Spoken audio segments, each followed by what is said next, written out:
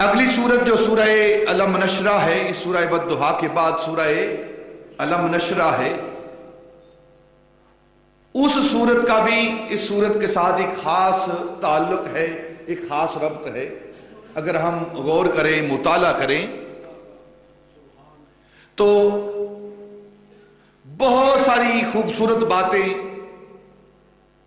علم و حکمت کے موتی اللہ رب العزت قرآن میں غور کرنے کی وجہ سے ہمیں عطا فرماتا ہے۔ ما ودعک ربک وما قلی، اس آیت کے تحت میں نے ایک بات عرض کی تھی کہ اللہ رب العزت نے اپنے محبوب سے فرمایا کہ محبوب، نہ ہم نے آپ کو چھوڑا ہے اور نہ ہی آپ سے ناراض ہوئے ہیں۔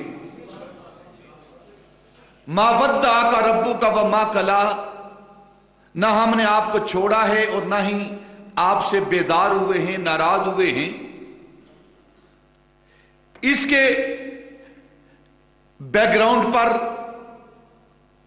اس کے شان نزول پر میں نے ایک بات عرض کی تھی کہ نبی پاک صلی اللہ علیہ وسلم کی ذات پر فترت وحی،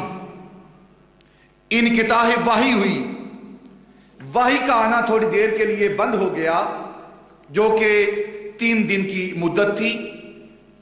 تو یہ غم نبی پاک صلی اللہ علیہ وسلم نے اپنے ذات پر لیا، یہ دکھ، یہ بوجھ، کلام کے منقطع ہونے کا بوجھ، فترت وحی کا بوجھ، اللہ رب العزت کی ذات کے ساتھ ہم کلامی کا بوجھ، ہم کلامی نہ ہونے کا بوجھ جو نبی پاک صلی اللہ علیہ وسلم کی ذات ببرکات پر ہوا،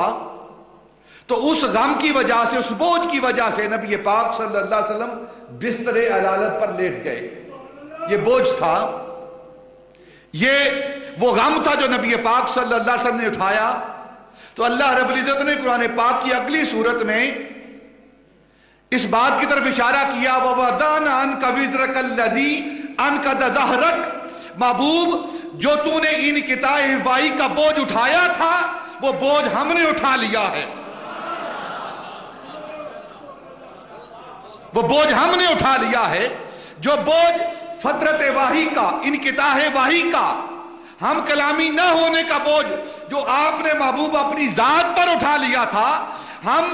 ایک طرف تو یہ اعلان کرتے ہیں کہ ما ودعک ربک وما قلی، آپ کے رب نے نہ آپ کو چھوڑا ہے، اور دوسری طرف اعلان یہ کرتے ہیں کہ جو بوجھ آپ نے اٹھایا ہے وہ تمہارے رب نے اٹھا لیا ہے۔